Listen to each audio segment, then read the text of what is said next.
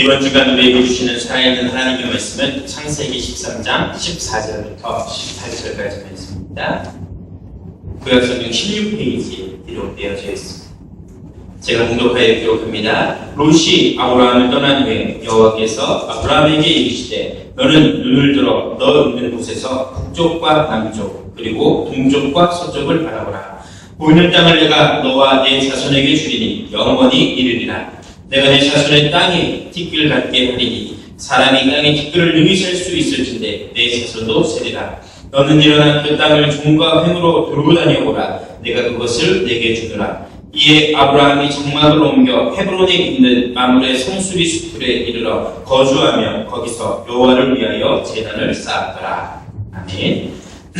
하나님이 역사하는 삶이라는 제목으로 하나님의 말씀을 기도의 제목을 나누도록 하겠습니다. 오늘 예배 시간을 통하여서 하나님이 주시는 언약을 붙잡고 하나님의 역사가 우리 삶 가운데 시작되어지기를 예수 그리스도의 이름으로 축원드립니다. 아브라함이 주시는 축복이 우리 주영강교회와 우리 성도님들 가운데 임하기를 다시 한번 축원드리겠습니다. 하나님이 역사하시는 삶이라는 이야기입니다. 하나님께서 우리 삶 가운데 일하도록 하시고 하나님께서 우리 삶 가운데 우리를 위하여서 응답하게 하시다라는 그러한 뜻을 가지고 있습니다. 오늘 아브라함의 삶 가운데 하나님께서 다시금 역사하시고 응답하시는 하나님께서 일하시는 축복을 통하여서 아브라함의 인생 가운데 최고의 축복의 전환점, 시발점이 되어지는 것을 오늘 말씀을 통해서 확인할 수가 있습니다. 이런 응답이 우리 가운데도 오늘의 이번 주간에 임해야겠습니다. 저는 요즘 이런 생각을 해보고 이런 그림을 그려보고 제 주영강교회가 10년 후에는 어떠한 모습을 하고 있을까? 우리 교회가 10년 후에는 어떠한 응답을 받고 있을까라는 부분들을 한번 생각을 해보고 제가 요즘 기도 제목을 말씀드리면서 저희 교회를 통하여서 일백지교회가 세우시고 우리 민족을 살릴 일백목회자를 세우고 우리 세계를 살릴 200선교사를 파송하는 것이 제 기도 제목이다. 저희 교회의 기도 제목이다. 라고 말씀을 드리고 있습니다. 10년 후에 과연 이런 일이 어떻게 일어나 있을까? 라는 부분들을 한번 생각을 해보고 100지교회가 세워지고 또 100목회자 200선교사를 파송할 정도가 되려면 교회 성도가 한 10,000명쯤은 돼야 되지 않을까? 이런 생각을 해보고 이런 그림을 한번 그려보고 그러면 이 좁은 이 교회당 안에 10,000명이 들어올 수는 없을 테니까 교회를 또 더 크게 지원해야 되나 이런 생각을 해보고 근데 이 영등포 지역은 잘 아시는 것처럼 땅값이 비싸가지고 10,000명이 들어가는 교회를 어떻게 짓고 어떻게 세우지 이런 생각도 해보고 그러면 제 옆에 있는 성당교회를 이렇게 차지해야 되나 뭐 이런 생각 저런 생각을 해보고 자꾸 이런 생각을 하다 보니까요 밤에 잠을 자면서 꿈도 이루고 100교회 또 100목회자 100선교사들이 같이 모여가지고 축제하는 같이 모여서 이렇게 수련회 하는 그런 꿈을 꾸고 이런저런 여러 가지 꿈을 꿔보게 됩니다. 그런데 꿈을 꾸었다가 꿈을 깨고 나면 그런 생각을 합니다. 이거 뭐 이런 꿈인 거야? 이거 개꿈인가? 뭐 이런 꿈을 이런 생각을 해보기도 하고 100지교회를 세우고 100선교사 100목회자를 세우는데 내가 무슨 능력이 있어서 내가 무슨 힘이 있어서 네 현실은 지금 이런데 어떻게 그걸 할 수 있겠냐? 라는 이러한 생각, 이러한 자괴감에 빠지기도 하게 되는 것을 볼 수가 있습니다. 예전에는요, 제가 어렸을 때, 젊었을 때는 제가 모든 것을 다 할 수 있을 것 같다. 그런 생각이 들었던 적도 있었어요. 제가 고등학교를 다니면서 또 이제 고등학교를 졸업하고 나서 20대 초반의 시간을 보내면서 그때는 어디서 그런 자신감이 생겼는지 내가 뭘 해도 할 수 있을 것 같다. 내가 뭘 하든지 간에 내가 다 이기고 내가 다 성공할 수 있을 것 같다. 라는 그런 생각을 했어요. 근데 시간이 지나면서 결혼을 하고 아이를 낳고 이제 시간이 지나면서 그런 생각이 조금씩 사그라지는 것 같습니다. 내가 과연 무엇을 할 수 있을까? 내가 지금 무엇을 할 수 있나?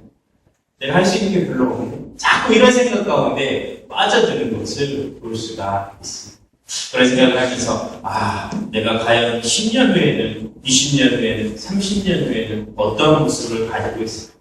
내가 과연 이 일들을 잘 할 수 있을까? 이런 부분들을 다시 한번 생각해 보게요. 우리에게는요, 누구나 꼭 이루고 싶은 꿈이 있을 것이고, 누구나 이루고 싶은 목표가 있을 것입니다. 10대나 20대 때는 당연히 그런 꿈을 꾸고 큰 비전을 가지고 살아가고 있죠. 어르신들도요, 아마 이런 목표, 이런 꿈을 가지고 있을 겁니다. 나이는 많이 들었지만, 아직도 내 삶 가운데 이루고자 하는 목표가 있을 것이고, 내가 이 부분은 이루고 싶다 하는 꿈을 가지고 있을 것입니다. 그런데요, 어느 시간이 되어오면, 어느 때가 되어오면, 저도 모르게 그런 생각이 듭니다. 내가 과연 그 꿈을 이룰 수 있을까? 내가 과연 저 목표를 실현할 수가 있을까?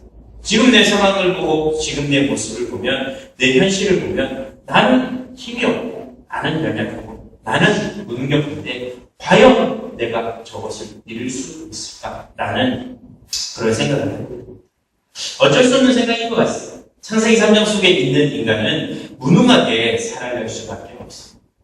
하나님의 형상대로 창조되어진 인간, 하나님과 함께 사는 인간은 하나님께 주신 능력을 통하여서 모든 것 정복하고 다스리는 모든 것을 이룰 수 있는 힘이 있었습니다.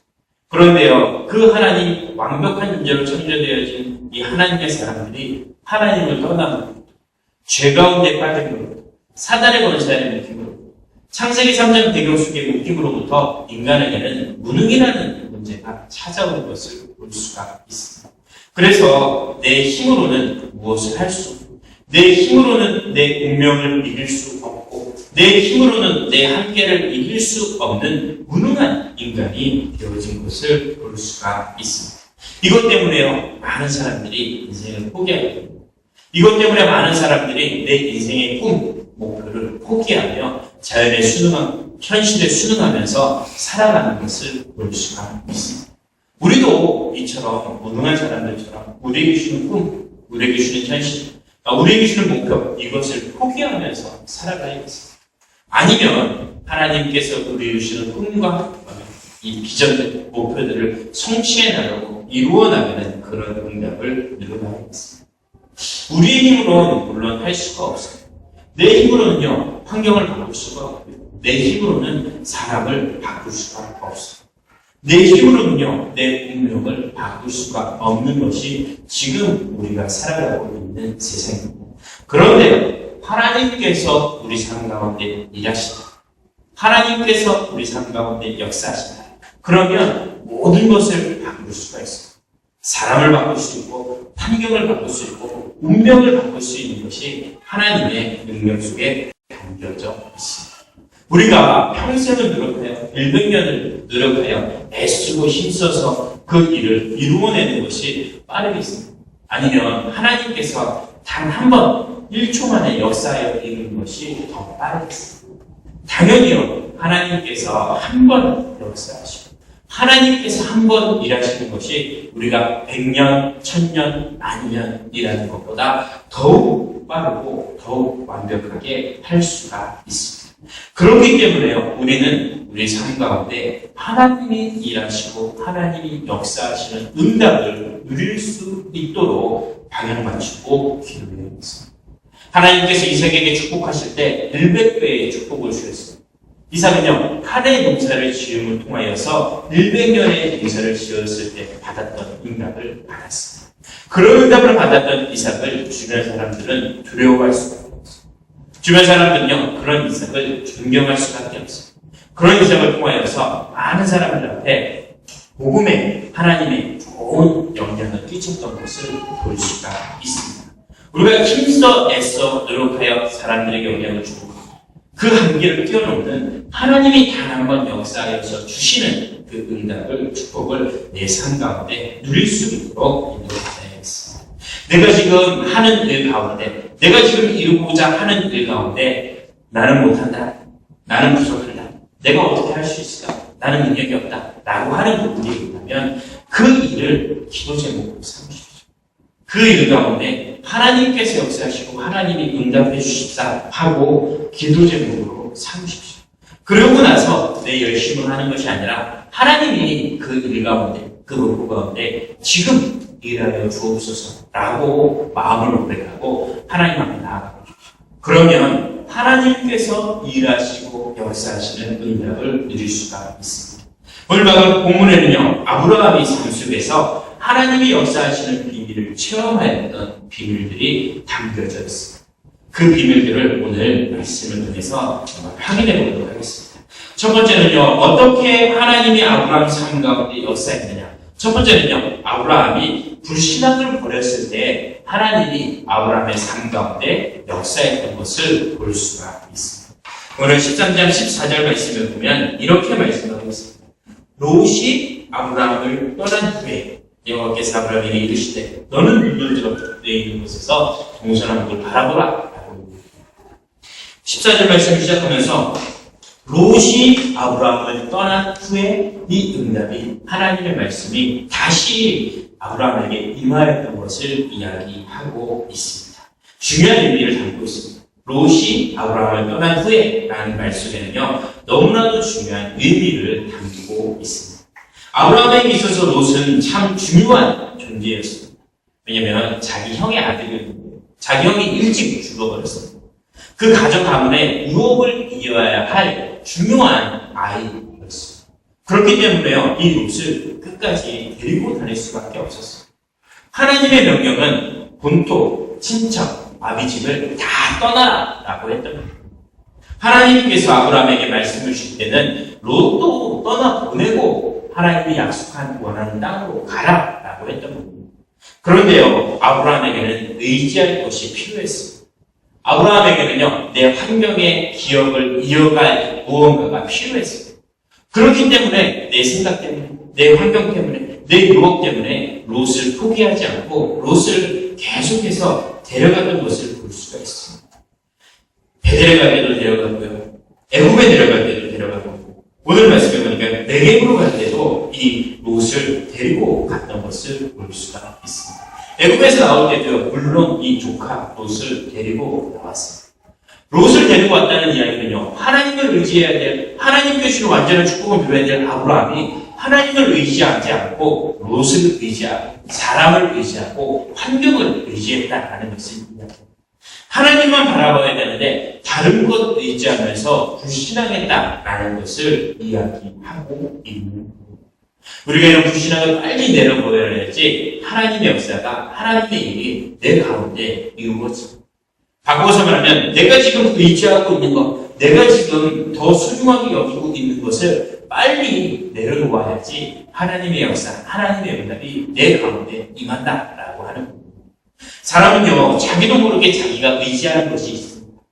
많은 지식을 가지고 있는 사람, 많은 학식을 가지고 있는 사람은요, 내가 가지고 있는, 내가 지금까지 배워왔던 이러한 지식이나 이성, 사상들을 의지하면서 살아가는 경우가 많이 있습니다. 그 사상 앞에, 그 지식 앞에 하나님의 역사, 하나님의 능력은 그 다음에 있는 것. 하나님의 능력, 하나님의 지식은 내가 알고 있는 지식 그 다음에 있는 것으로 이렇게 뒤처지는 것도 볼 수가 있습니다. 내가 아는 지식 가운데 어떻게 사람이 무리를 걸을 수가 있느냐? 내가 아는 지식 가운데 어떻게 사람이 죽었다 살아날 수가 있느냐? 예수가 죽었다 살아난 것은 정말로 죽고 사는 것이 아니라 그 사상이 죽었다 살아난 것이고, 또 기절했다가 다시 살아난 것이고, 사람들이 환상을 본 것이다 라고 착각을 하고 이야기를 합니다. 왜냐하면 내가 의지하는 지식에 있어서는 그런 부분들이 아니기 때문에, 내가 의지하는 다른 힘이 있고 배경이 있다, 경제의 능력이 있다 하면요, 나는 내가 의지하는 환경 가지고 모든 일을 해결하게 됩니다. 하나님이 일하시면 되고 하나님이 역사하시면 되는데, 하나님이 일하시는 것보다 내가 가지고 있는 환경, 내가 가지고 있는 힘, 능력을 가지고 그 일을 해결하려고 애쓰는 것을 볼 수가 있습니다. 열왕기와 18장, 19장, 20장 말씀에 보면 이 부분이 잘 기록되어져 있습니다. 열왕기와 18장, 19장 말씀에는요, 히스기야 왕에 대한 기사가 기록되어져 있습니다. 히스기야 왕이 이스라엘 나라를 다스리고 있을 때 아수르 군대가 쳐들어오게 됩니다. 그 당시에 아수르 군대는요, 주변에 있는 나라들을 정복한 아주 힘이 있는 강대국이었습니다. 그 나라가요, 그 강대국이 이제 이스라엘 백성들을, 이 히스기야 왕이 다스리고 있는 이 이스라엘 백성들을 점령하려고 쳐들어오게 됩니다. 그 소식을 듣고 난 히스기야 왕은요, 너무나도 두렵고 겁이 났습니다. 그래서 가장 먼저 했던 것이 어떤 부분이었느냐, 자기가 가지고 있던 금, 은, 보화 이런 뇌물들을 그 아수르 왕에게 보냅니다. 이거 갖고 나를 용서해 달라고, 이거 갖고 우리나라를 침략해 주지 말라고 이렇게 화치게 청합니다. 처음에는요, 그게 잘 해결되어진 줄 알았는데 다시 아수르 군대가 쳐들어옵니다. 그때 히스기야 왕이 사실을 알고 나서 생각을 하죠. 아, 이게 내가 내 힘으로 해결할 수 있는 문제가 아니다. 이것은 하나님 앞에 간구하고 하나님의 힘을, 하나님의 능력을 구해야지 이루어지는 일이구나 라는 것을 깨닫고 간절히 하나님 앞에 기도합니다. 하나님께서 그날 밤에 천군천사를 보내셔서 아수르 군대 18만 5천 명을 단 하루 만에, 단 한 밤에 한 번에 다 멸망시키시는 역사와 응답이 그 가운데 나타나는 것을 볼 수가 있습니다. 하나님께서 내 가운데 역사하시고 내 삶 가운데 일하신다면 이런 응답을 받을 수가 있습니다. 그런데요, 나는 자꾸 다른 것을 의지하게 됩니다. 아브라함이 조카 롯을 의지하였던 것처럼 히스기야 왕이 자기가 가지고 있었던 배경, 환경 이런 능력을 의지하였던 것처럼 자꾸 나는 다른 것을 의지하게 됩니다. 이런 의지할 부분들을 빨리 내려놓아야겠습니다. 이런 것을 두고요, 우리는 불신앙이다 라고 이야기를 하거든요. 이런 불신앙을, 내가 의지하는 다른 것들을, 하나님 아닌 다른 것들을 빨리 내려놓는 축복을 누려가야겠습니다. 지난주까지 말씀을 들으면서 불신앙을 내어버리자 라는 말씀을 들었죠. 아브라함이 자꾸 불신앙을 하니까요, 하나님의 능력, 하나님의 응답이 점점 멀어지게 됩니다. 자꾸 불신앙을 하니까요, 자꾸 다른 것을 의지하니까 자꾸 실수를 하게 됩니다.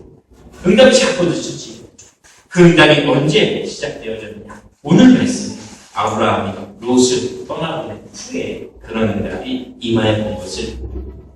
이것도요, 자기가 버려야겠다라고 해서 버린 것도 아닙니다. 하나님께서 그런 사건을 주셨습니다.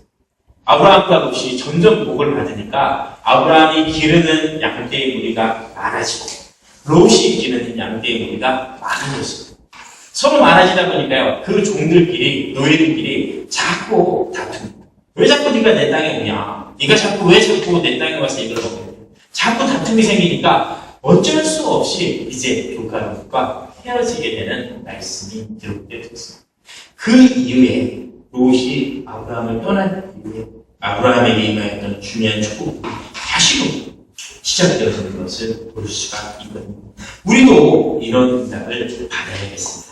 내가 가지고 있는 이러한 의지하는 그러한 요소들, 이러한 불신앙적인 요소들을 다 내어버리고 롯이 아브라함을 떠난 후에 우리 가운데 응답이 임하였던 것처럼 내가 하나님 말고 의지하는 다른 환경이나 배경이나 이런 지식들을 다 떠나보낸 후에 하나님의 능력이 우리 가운데 임하는 중요한 축복을, 중요한 역사를 누릴 수 있도록 받아야겠습니다. 내가 가지고 있는 의지할 다른 부분들을, 불신앙들을 빨리 내려놓기를 주의 이름으로 부탁드리겠습니다. 두 번째는요, 언제 아브라함의 삶 속에 하나님이 일하시고 하나님이 역사하십니다.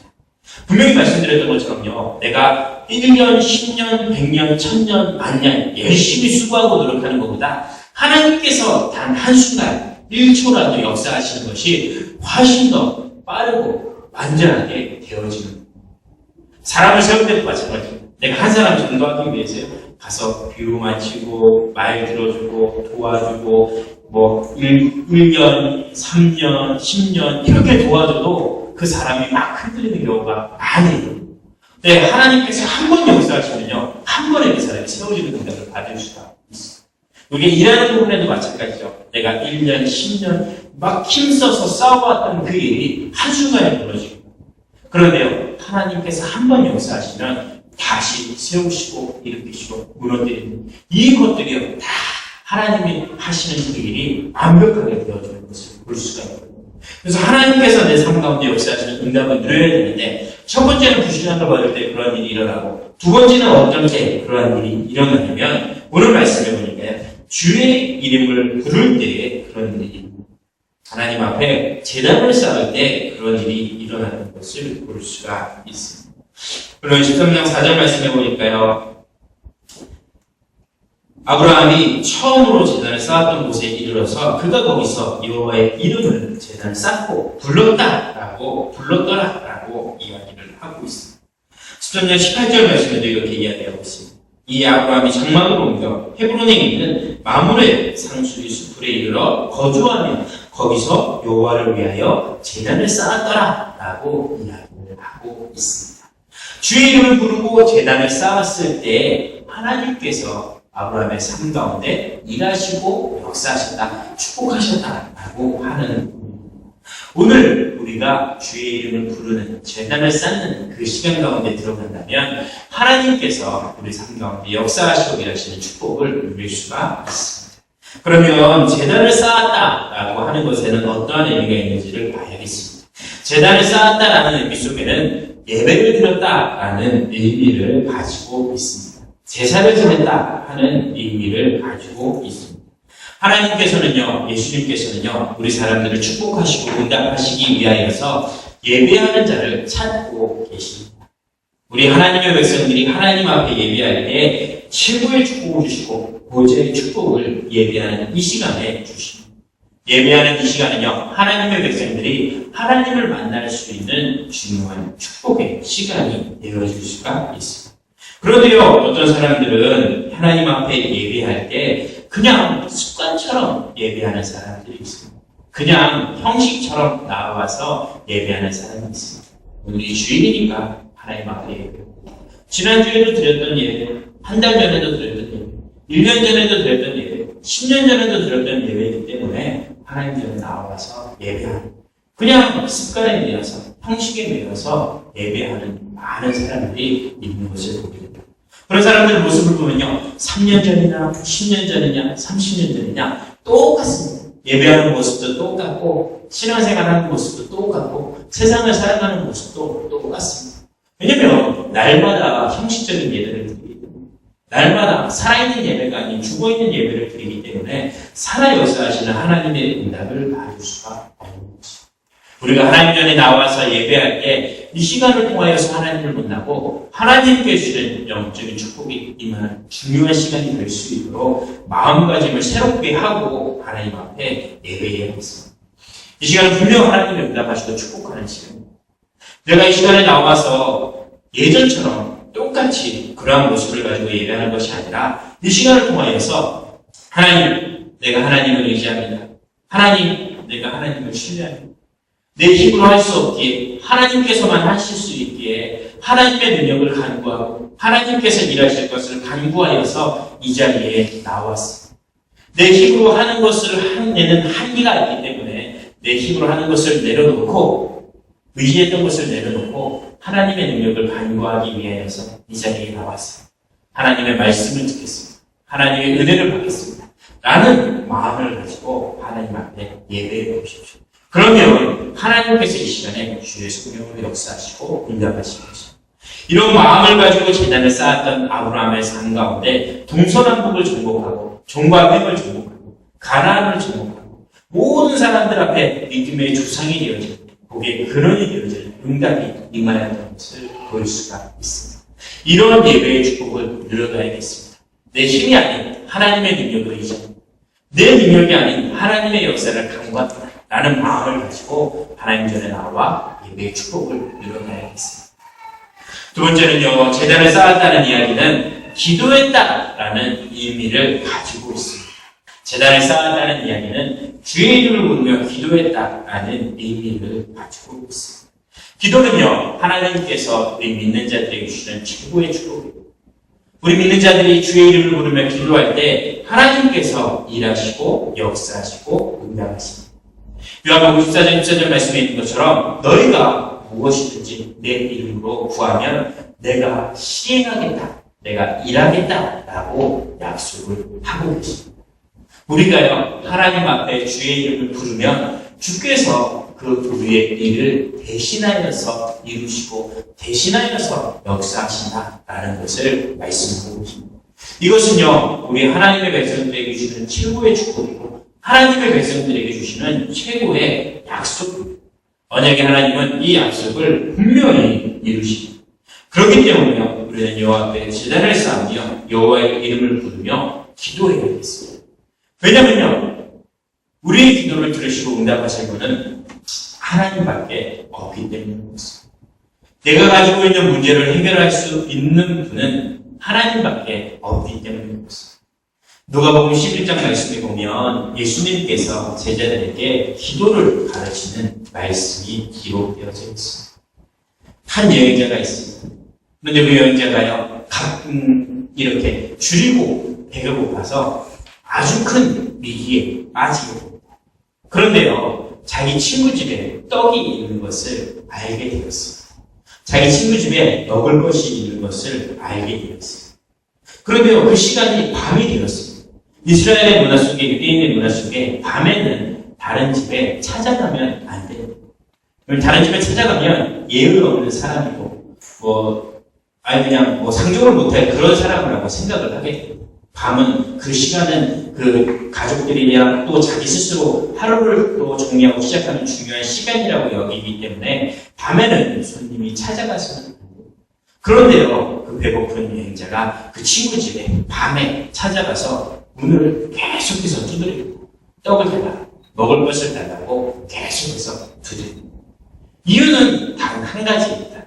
뭐냐면 그 집에 가면 먹을 것이 있기 때문에, 그 친구 집에 가면 내 문제를 해결받을 수가 있기 때문에 계속해서 그 친구 집에 가서 실례인 것을 알지만, 큰 잘못인 것을 알지만 가서 문을 계속 두드립니다. 어떠한 교훈을 주는 분입니다. 우리 가운데 우리 기도를 들으시고 응답하실 수 있는 분은 하나님밖에 없다라는 그림을 줍니다. 그렇기 때문에 우리는 하나님 앞에 가서 간절히 구해야 한다라고 하는 겁니다. 우리의 문제를 해결할 수 있는 분이 하나님밖에 없기 때문에, 하나님 우리 삶 가운데 역사하셔야지 이룰 수 있기 때문에 그 하나님 앞에 나아가서 간절히 주의 이름 부르며 기도해라 라고 하는 겁니다. 누가복음 18장 말씀에도 비슷한 말씀이 기록되어 있습니다. 불의한 재판관이라는 비유의 말씀이 기록되어 있습니다. 이 재판관은요, 동네에서 소문난 불의한 재판관이었습니다. 나쁜 재판관이었습니다. 자기 마음대로 뜻대로 하고 이렇게 하는 사람이었습니다. 그런데요, 그 불의한 재판관에게 한 가부가 계속해서 찾아가서 자기의 원한을 풀어달라고 애원하고 때렸습니다. 불의한 재판관이요, 어쩔 수 없이 저 원한을 풀어주지 않으면 계속해서 나한테 찾아와서 저 문제를 해결해달라고 애쓰고 떼쓰고 애원할 것이기 때문에 귀찮아서 그 문제를, 그 가부의 원한을 풀어줍니다. 이것을 통하여 우리 가운데 주는 교훈이 있습니다. 어떤 교훈을 주냐면요, 그 재판관이 아무리 불의한 재판관이다 할지라도 가부의 원한을 풀어줄 수 있는 사람은 그 재판관밖에 없습니다. 그렇기 때문에요, 계속해서 나아가서 내 문제를 해결해달라 애원하고 떼쓰고 애쓰는 것을 볼 수가 있습니다. 조금 바꾸어서 말하면요, 지금 우리가 가지고 있는 문제를 해결할 수 있는 분은 하나님밖에 없습니다.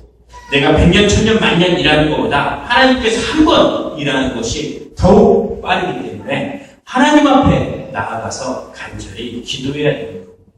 주의 이름을 부를 때 하나님께서 응답하시고 역사하시고 일하신다라고 하는 겁니다. 그렇기 때문에 우리는 하나님이 내 삶 가운데 역사하고 일해달라고, 내 문제 가운데 해결해달라고 간절히 나아가서 하나님 앞에 주의 이름을 부르며 기도해야겠습니다. 언제 이러한 일이 일어나느냐? 주의 이름을 부르고 기도할 때 하나님이 일하시고 역사하시는 축복을 누려갈 수 있습니다. 그런데요, 단 한 가지 주의해야 될 부분은요, 기도 응답에는 세 가지 부분으로 나타납니다. 기도 응답은요, 하나님께서 세 가지 방법으로 주십니다. 우리는요, 단 한 가지만 생각합니다. 내가 기도하면 즉시 응답되어집니다. 내가 이 문제를 해결해달라고 기도했을 때 즉시 이 문제가 해결되어지는 이것만 기도 응답이다라고 이야기합니다. 그런데요, 기도 응답에는 세 가지가 있습니다. 첫 번째는요, 지금 이야기했던 것처럼 즉시 응답되어지는 부분입니다. 죄성령이 즉시 응답하여서 시급하게 그 기도 제목을 듣고 하나님께서 응답하시는 응답이 있습니다. 두 번째 응답은요, 기다려라 하는 응답이 있습니다.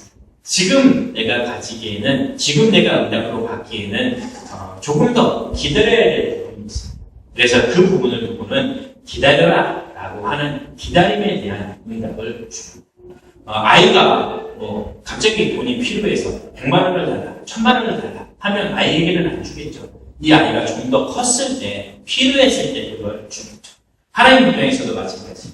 우리 하나님의 자녀들이 간구하고 기도할 때 지금 당장 필요하지 않은 부분들이 있습니다. 그러면 그거를 3년이나 1년이나 10년 기다리게 했다가 그 기다린 후에 하나님께서 그릇을 준비하게 하시고 응답을 준비하게 하시고 나서 주시는 응답이 있습니다.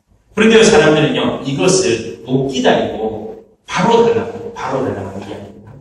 이것이 기다리는 응답을 두고 바로 오지 않으니까요, 하나님에게 응답하지 않으신다라고 낙심을 하고 포기하는 경우가 있습니다. 하나님 응답에는요, 기다려라 하는 응답도 있다는 것을 저희가 알아야겠습니다.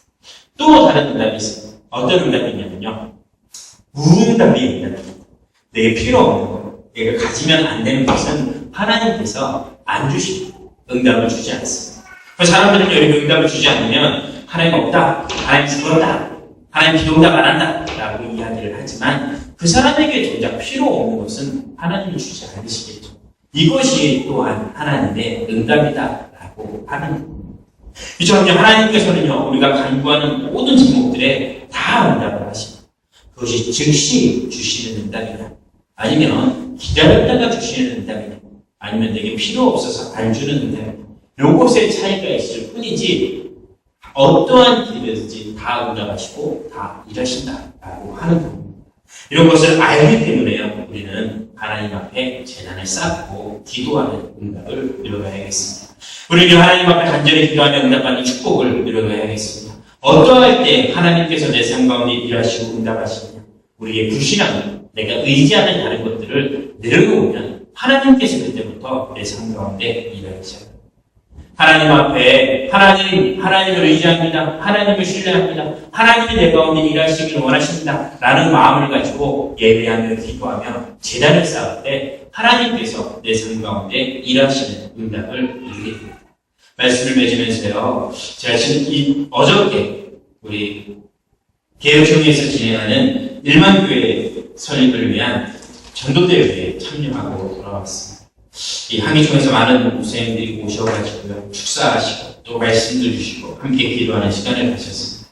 이만신 목사님이, 지동 목사님, 홍재철 목사님, 이용구 목사님, 이 교회 어르신들이 오셔가지고 이 1만 교회 성도들을 1만 교회를 세우기 위해서 이렇게 애쓰고 힘쓰고 기도해야 될 것을 이야기하시고 기도 제목을 주시고 돌아가는 시간을 가졌고, 그 시간을 통하여서 제가 느꼈던 부분이 있습니다. 1만 교회를 세우기 위하여서 하나님께서 나에게 주신 기도 제목은 무엇일까? 라는 부분들을 생각해요. 제가 가지고 있는 기도 제목은 정해져 있지 않았어요. 100지구에, 100 선교사를 도우는 교회 될 수 있도록, 그런 예가 될 수 있도록 기도하고 있는 거죠. 근데 그 응답을 듣고 생각하다 보니까요, 내 스스로 아니 무능하다, 내 스스로 아니 힘이 없다, 능력이 없다 라는 부분들을 생각해보고, 그러면서 그런 부분들을 다시금 깨달았어요. 나는 연약하고 나는 부족하지. 우리 교회는 작고 부족하지만 하나님께서 일하시고 하나님께서 역사하시면 이룰 수 있다, 응답받을 수 있다 라는 부분들을 기도 제목으로 붙잡았습니다. 우리 개인에 대한 그런 기도 제목들을 가지고 있을 것이고, 우리 대입시험을 준비하고 우리 위원자나 또 우리 명철형제나 또 이 중요한 시간표를 두고 있습니다. 어떻게 보면 어려운 일이 될 수도 있고 어떻게 보면 힘든 일이 될 수도 있습니다. 하지만 하나님께서 일하시고 하나님께서 역사하시면 이룰 수가 있고 정복할 수가 있습니다. 우리 개인